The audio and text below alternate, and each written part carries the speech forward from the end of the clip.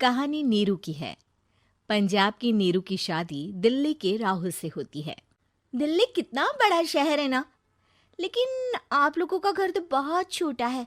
हमारे पंजाब में तो ये बड़े बड़े घर होते हैं कि मजा ही आ जाता है। कोई बात नहीं नीरू, मैं भी तुम्हारे लिए बहुत बड़ा मकान बनाऊंगा बहुत जल्दी। नीरू के पिता जहाँ पंजाब के जाने माने व्यापारी थे, वहीं उस नीरू के पिता जहाँ पंजाब के जाने माने व्यापारी थे, वहीं उसका पति राहुल दिल्ली में एक सिंपल नौकरी करता था। माँ, यहाँ तो घी मक्खन इतना महंगा है कि क्या बताऊं। मैं तो तरस ही जाती हूँ घी खाने के लिए। नीरू की माँ को ये सुनकर बहुत दुख होता है। मेरी बेटी को घी नसीब नहीं हो रहा है और ये बहू यहाँ बैठकर घी में शक्कर डाल रही है। देख वनिता, मैं साफ कह रही हूँ, इस घर में जितना घी आएगा उतना ही मेरी बेटी के घर दिल्ली भी जाएगा। अरे, ये क्या बात होती है माँ जी? बेटी का उतना ही करो जो अच्छा लगे। अब क्या मायके से घी और मक्खन तक की सप्लाई करोगी आप? हाँ, मेरी बेटी किसी चीज को तरसे मुझसे बर्दाश्त नहीं होता। अब क्या था, नीरू के मायके में 2 किलो घी आता तो 2 किलो दिल्ली जाता नीरू के पास। एक दिन, माँ, बड़ी गर्मी पड़ती है दिल्ली में।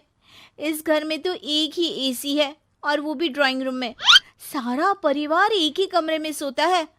हाँ बेटा, वो तो हर घर की कहानी है। यहाँ भी एक ही एसी है। अरे बिल इतना आता है कि क्या बोलूं। तभी वहां राकेश आ जाता है। माँ, थोड़ी देर में यहाँ कुछ प्लम्बर आएंगे मेरे कमरे में एसी लगाने।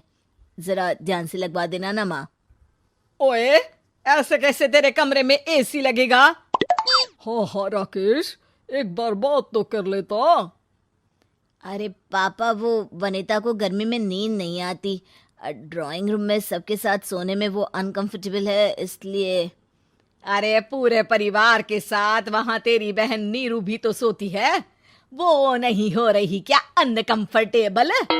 समझ रहा है ना? अगर एसी लगेगा तो एक दिल्ली में तेरी बहन के कमरे में भी लगेगा, तभी तू लगा सकेगा। राकेश वनिता को सारी बात बताता है। वनिता करती भी क्या, मन मार कर बैठ जाती है। माँ, ये लोग ठीक नहीं है, क्या करूं मैं?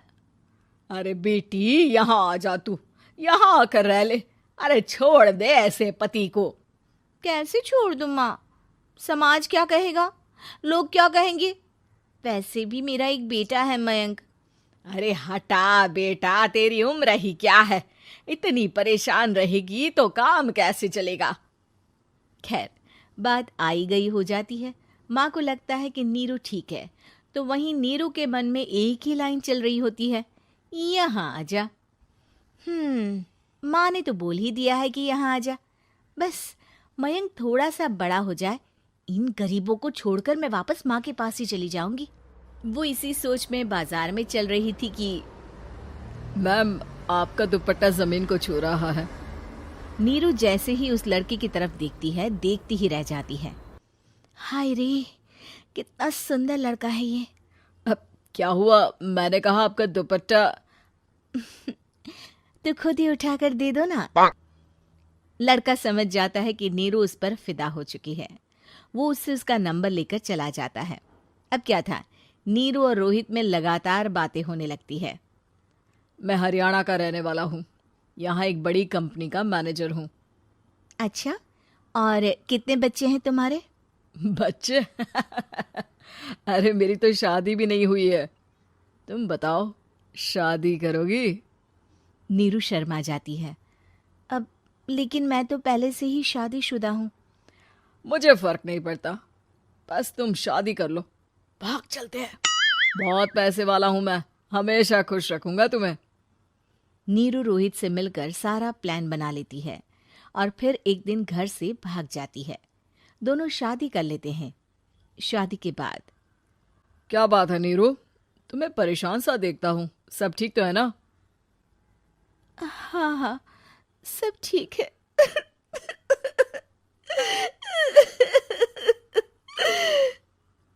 ये कहते कहते ही वो रोने लगती है। अरे क्या हो गया, रो क्यों रही हो?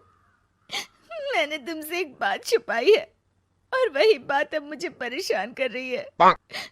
रोहित, मेरा एक बेटा भी है, उसका नाम मयंक है। क्या बात कर रही हो? ये तुमने मुझे पहले क्यों नहीं बताया? देखो नीरू, मेरी माँ को मैंने ये नहीं बताया है कि तुम शादीशुदा हो। बच्चा मैं मैनेज नहीं कर पाऊंगा। नीरू को समझ में नहीं आता कि वो क्या करे। तुम उस बच्चे को अपनी माँ को क्यों नहीं दे देती? नीरू चुपके से माँ को फोन करती है। माँ, क्या मयंक को तुम रख सकती हो? बेटा, मैं राकेश के साथ बात करती हूँ। आखिर घर का बेटा वही है, जो वो बोलेगा। वैसे भी बेटा, तूने जो किया है ना, उसके बाद से पूरा घर तेरी बुराई कर रहा है। मैं भी अब किसी से तेरे लिए लड़ नहीं सकती।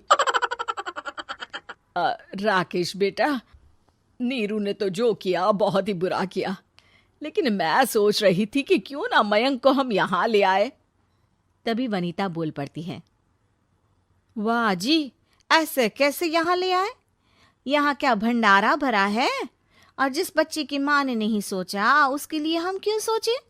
नीरू को एक बार तो अपने बच्चे के बारे में सोचना चाहिए था ना। अरे लेकिन तेरे पास भी तो लड़का नहीं है ना वनीता। माँ, वनीता ठीक बोल रही है। कल को वो बड़ा होकर इसी घर का हिस्सा मांगेगा तो हम क्या करेंगे? माँ कहती भी तो क्या, वो चुप रह जाती है। वहीं नीरू का पहला पति कहता है। माँ, अगर आज भी वो वापस आ जाए तो मैं उसे माफ कर दूंगा। बेटा, गरीबी चीज ही ऐसी है, क्या करेगा। तू तो अब मयंक का सोच। वो बेचारा तो बिना माँ का हो गया। मयंक के खातिर तो दूसरी शादी कर ले बेटा। लोगों के लाख समझाने के बाद नीरू के पहले पति की शादी रिद्धि से हो जाती है, जिसके पहले पति से 2 बच्चे होते हैं। देखो जी, मैंने शादी सिर्फ बच्चे के खातिर की है। मैंने भी शादी सिर्फ बच्चों के खातिर की है।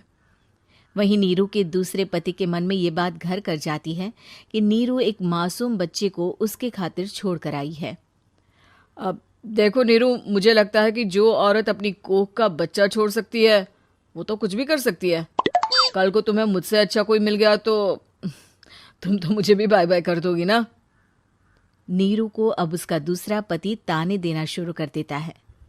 तंग आकर नीरू उसके यहाँ से भागकर अपने पहले पति के पास चली जाती है, लेकिन ससुराल में क्या लेने आई है नीरू, मयंक को? नहीं नहीं सासू माँ, मुझसे गलती हो गई, मुझे माफ कर दीजिए। नीरू, अब वक्त खत्म हो गया है, मेरी शादी हो चुकी है। तो छोड़ दो ना उसे, हमारा बच्चा है। मैं आपको अपनी माँ नहीं मानता, मेरी नहीं मान तो बात अच्छी है। नीरू मयंक की बात सुनकर समझ जाती है कि उसके पास अब ना आसमान रहा ना ही जमीन।